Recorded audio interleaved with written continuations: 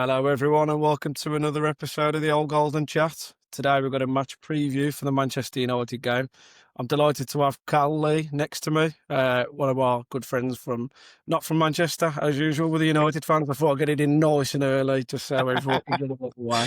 How are you doing, my mate? You all right? Yeah, I'm not bad, mate. How are you? I've been better. It's a rough time supporting Wolves. As you know, you watched the game the other night when we played Forest, and Yeah. you was giving me a nice little. You were telling me how atrocious we am as per usual. So all good fun and games being a Wolves fan, man. It's not looking too sharp over at United, is it? Um, I feel like it's getting somewhere. One defeat in 8. There's a few draws that should be wins in there. You're looking at the Forest game, the Spurs game last night. Everton, that was just, I don't know where. We come back from the international break and there was just no intensity. Just absolutely nothing. And the same first half against Palace, with just a team who's played Europa Conference League on the Thursday.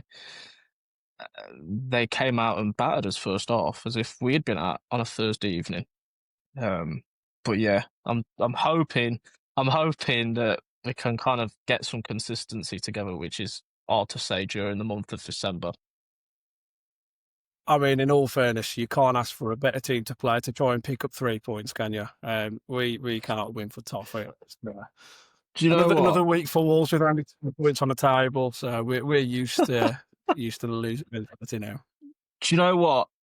I'm nervous, and I said it to you yesterday or this morning. I feel like your first win of the season is coming Monday. I can't remember the last time we played you and it was a easy game. That is the thing with Wolves. I think we mentioned it on the podcast like yesterday. Like, we are a team that used to be feared by the giants of the Premier League, and the reason for that was because we would actually go and play against these teams. We won't go to sit back and defend and try and be conservative and try and keep it to a draw. We actually went out to go and be aggressive against teams like United, Chelsea and City, and teams don't like it when you get up in the face of the opposition. And if you're aggressive in the counter press like we always was, that was something that really helped us, and we just lost all of that enthusiasm towards any team now, let alone the big teams. Yeah, I think I've watched yours twice this season. Once was City, first game of the season. And actually, I will say, probably the first 30, 35 minutes, I thought you could do well this year.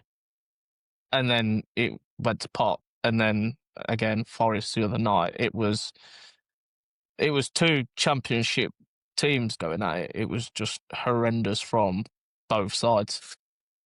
And I thought you might capitalise on Forest not being as good as they were last year.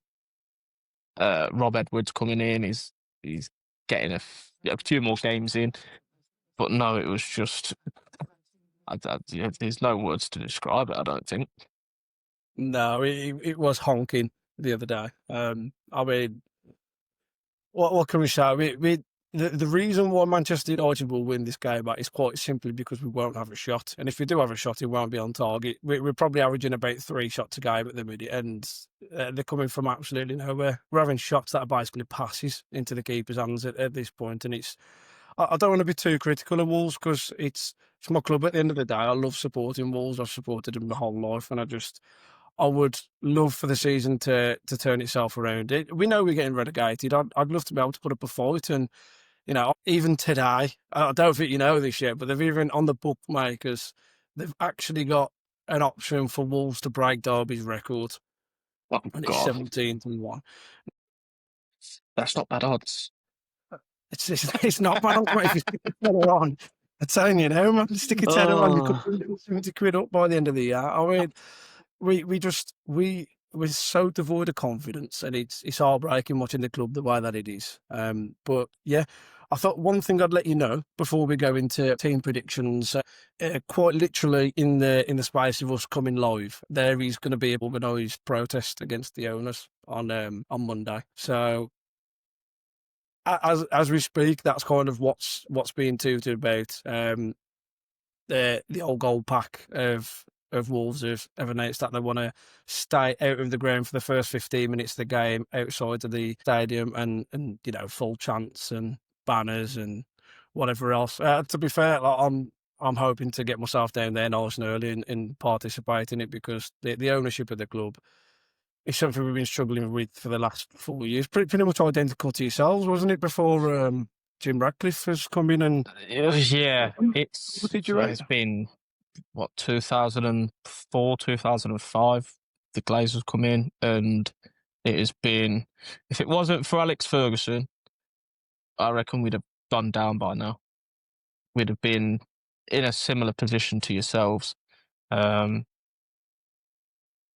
was investment in players. I will always say there was investment in players, but you look at some of the signings, even Fergie that he was getting, your Gabriel Obertans and Bebes, and you just, the quality wasn't there, man. the quality just, it's not the sort of player that you think Man United should be signing. I think since Fergie retired and Ed Woodward was in charge of the transfers, things changed, and we were going for more like bigger names, like your Rafa Varane's. We had Ronaldo back, Casemiro, but the issue with that is you're putting them on stupid wages. They're coming towards the end of their careers, and they aren't the same quality as what they once were, but they sell shirts, and that's a massive reason why we're still struggling today. Jim Radcliffe's come in and had to chop about 250 jobs because we can't afford it. So yeah, and obviously there's a lot of protests, not as many, but there's still protests going on to get the Glazers out, and I see a lot of people want Ineos and Jim Ratcliffe out as well, which I don't know how I feel about that. I mean, I think it's hard, isn't it? I mean, a lot of Wolves fans are kind of in the boat of, if Fosun go, you never really know what takes over next. I think the only good thing for Manchester United is they're a massive club, aren't they? And someone who is wealthy and someone who is willing to invest money will jump at the chance to get Manchester United, because regardless, it's a profitable club to be at. Whereas within the Wolves case, we're at the point now where relegation's all but confirmed for us, barring actual confirmation. And well, it is, isn't it? Like, we can't beat around the bush anymore, unfortunately. I think if we would have beat Forest, then there would have been a very, very small glimmer of hope. But you've extended the points gap between teams who are going to be right down there, really. I think the only team that are close to the level you are at the minute are Burnley. You've got West Ham, who have picked up 8 points from the last 5 games. You've got Leeds, who have just battered Chelsea in the week, and they gave City a good game last weekend. They seem to have now found a style where they can get points on the board. So unless something changes for Wolves, it's dire. And you said this before you mentioned it before the season even started. You predicted bottom 3 for Wolves before you did even kick the ball. Yeah. You could see it with the lack of quality that we've got. So I mean, we're used to it now. But let's move on. Let's move on to João Gomez. I'm not sure if you're aware. You might have been if you was watching the game the other day. He picked up with yellow card. So with all the speculation that was going to happen pre-game of João Gomez, he won't be in the starting lineup. He won't be there to keep having the commentators talking about his impending move in January to Manchester. He'll be sat in the away changing room, I reckon, having a little conversation with Ruben Amorim. Didn't you do that last season as well to Cunha? Wasn't Amorim in it? Yeah. Nothing new, is he? Still dirty tactics. I mean, in all fairness, if we're being brutally honest now, a lot of Wolves fans probably won't like me saying it, but we're probably going to have to cash in for him in January now. I think 2 or 3 weeks ago when we was talking about it, I was telling you there was absolutely no chance and it's silly season. Yeah.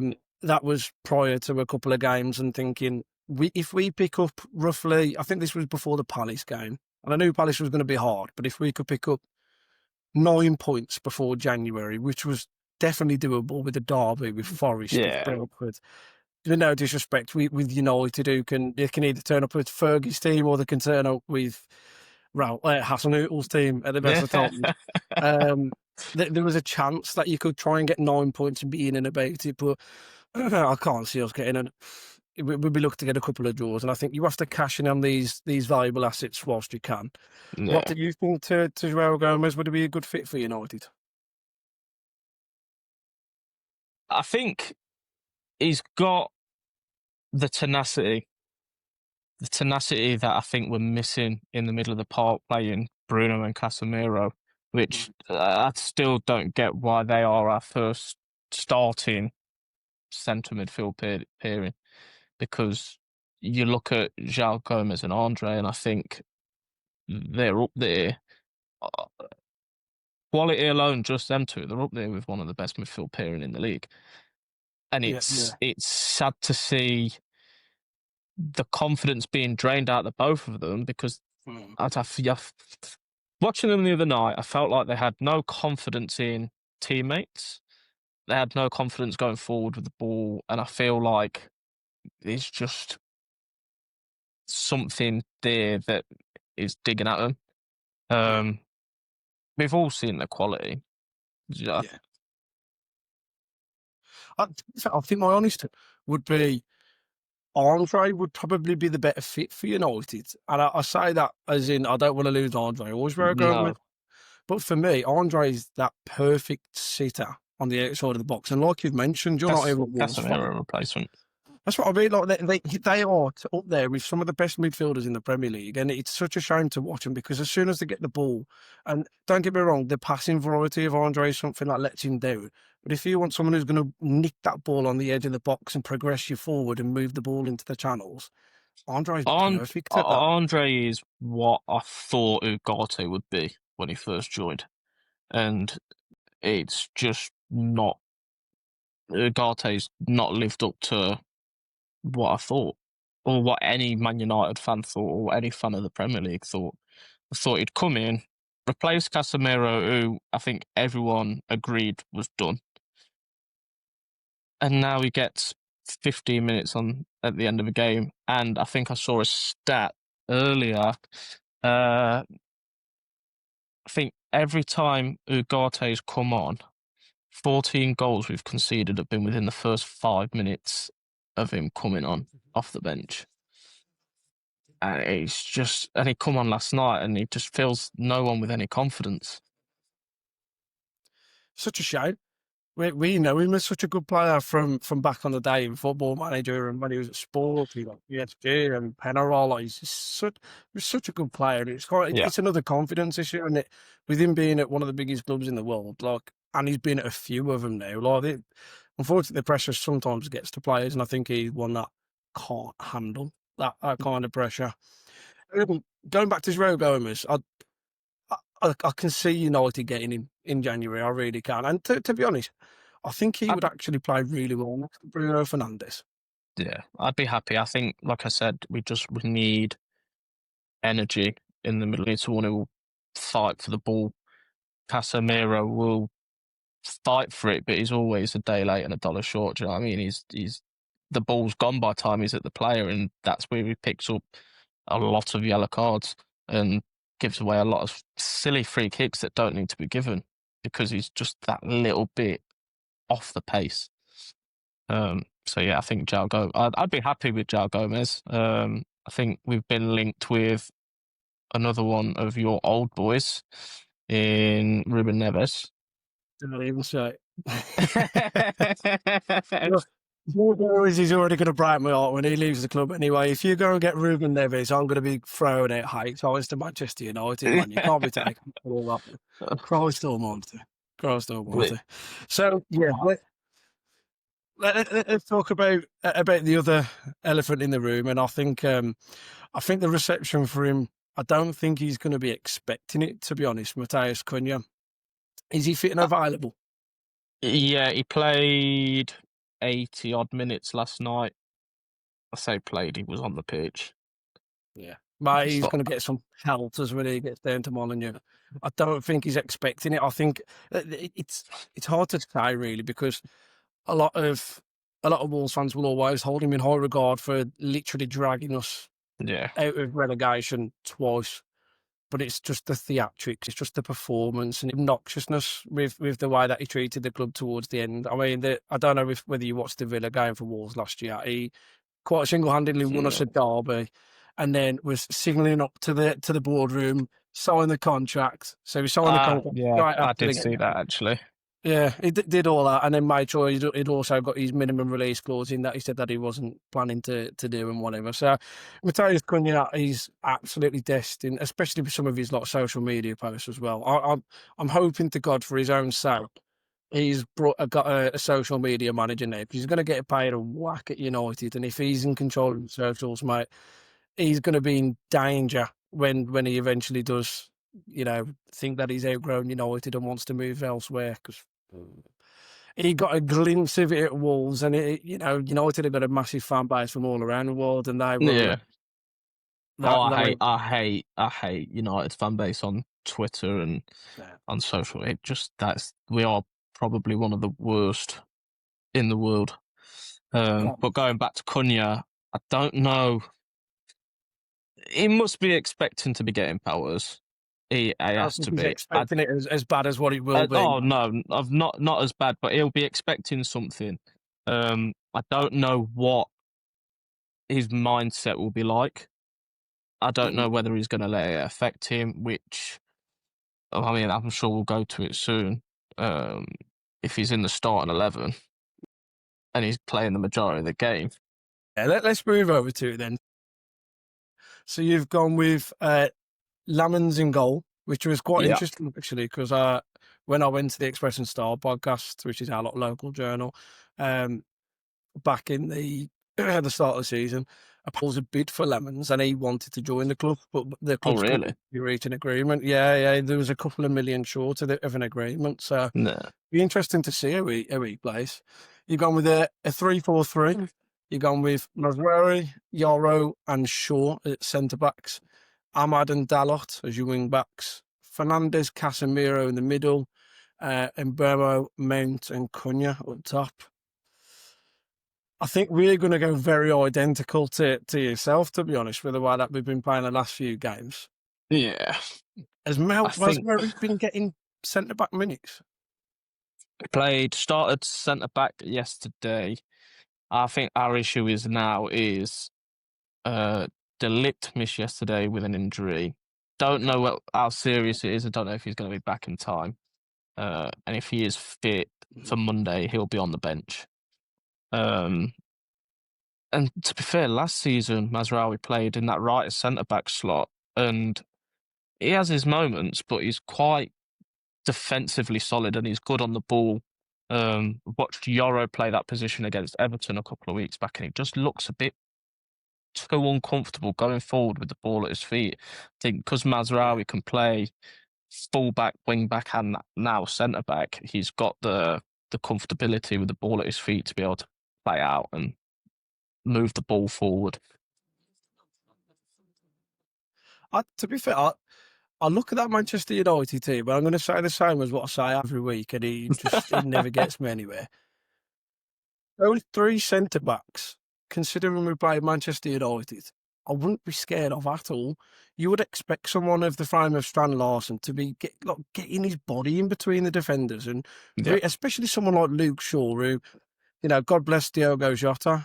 It was his 29th birthday yesterday. Last time we played United in the FA Cup semi-final, he put Luke Shaw on his arse and sent us through. And like that defence to me looks very weak, especially when we're talking about a team like Manchester United. And unfortunately, I don't see a world where we've got the players to really get it. That to team, bully him. It's a shame.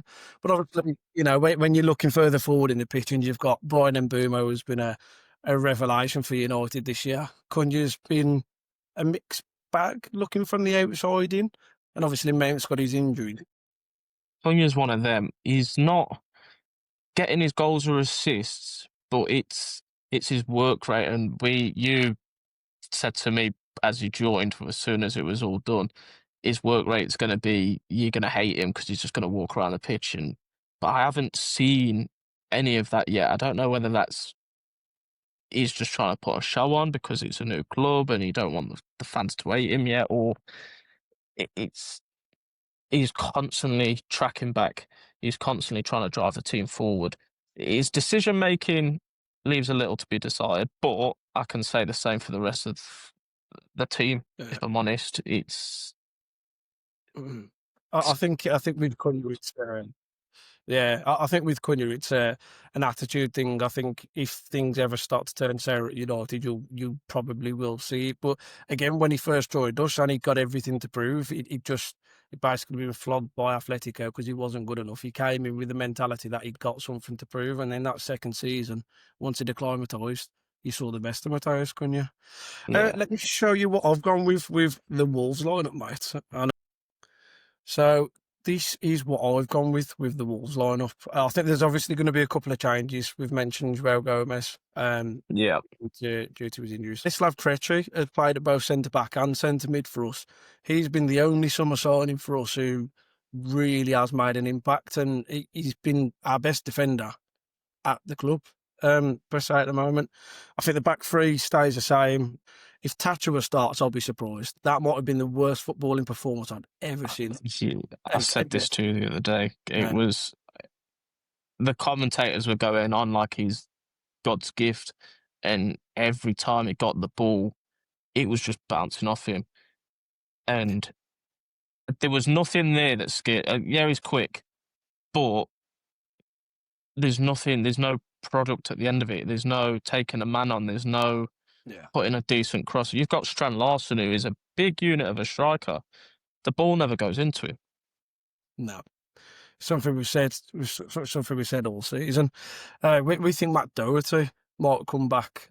He's been injured for the last few weeks, so he got back on the grass at the back end of last week, I believe, and then obviously we saw Keanu Hoover come on at right back. I think they might go with that bit more experience with Matt Doherty and someone who's got a bit of passion for the club and a bit of aggression. So I could see this Wolves lineup myself.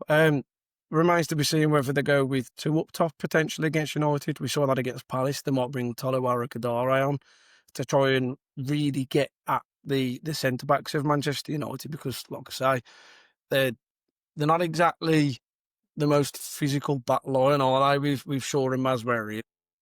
No, Yoro's kind of going through a stage where, again, I think he's devoid of confidence. You look at him against Palace, how he looked on the bench when he got subbed off. I feel like he was a little bit more solid yesterday, but again, I wouldn't trust him in that central position. But you can't put Shaw there, and you can't really put Mazraoui there because they're fullbacks. That's the bottom line of it. They're fullbacks. They can't be sat in the middle of a back three. Martinez, just coming back from injury, I don't think he's going to start. It falls down to Lenny Yoro with no De Ligt or Maguire available. I've just got a couple of quick fire questions for you before you go, and thank you for coming, obviously. I mean, it'd be hard to pick. Like I say, you watched the game the other day and we've been absolutely useless. Is there anyone that you would be remotely concerned about when we're coming up against United on Monday? I think if he starts, which I'm assuming he will, Bellegarde, there's something about his willingness to run and just keep running. And I feel like if he presses our back line like we have been pressed against the last few weeks, it could cause us some issues. I think Andre in the middle of the park, that'll be an interesting battle against Casemiro and Bruno. But apart from that, I can't really say we were speaking about John Arias the other day. I thought he was going to come in and be unbelievable, and we've not seen it. There's nothing there that really scares me. I think Krejci in the middle of the park, that'll be. I know he's played quite well there, and he's been probably your best player this year. That will be Yeah, I would say. interesting to see how well he does as well. But Yeah.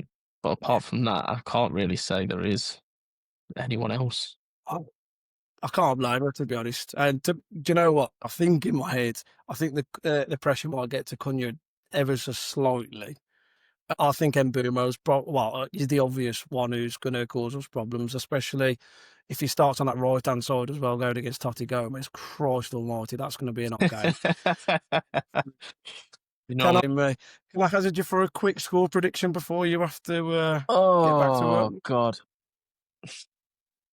See, I was going to be nice and say Wolves will get one, but the way I don't see it, I'm going to go 2-0 United. I'm trying my best to just. I've got a lot of scores in my head, but I'm hoping for a 2-0 United. If we play like we have done, last night we were unlucky. If we play like we did last night, we get a good couple of goals, I think. Yeah, I've gone with a 3-0 United win, to be honest. I can see Cunha coming back to potentially haunt us, and obviously Mbeumo's going to do what Mbeumo does well. And to be honest, he always has really good games against us, especially when he's at Brentford. But thank you very much for doing this for us, mate. I really appreciate it. Thanks And for having me. I wish you all the best for the rest of the season. Obviously, not on Monday night, and not for the reverse fixture in a few weeks after. But thank you again for coming on such short notice as well. And I wish you all the best for the rest of the season, mate.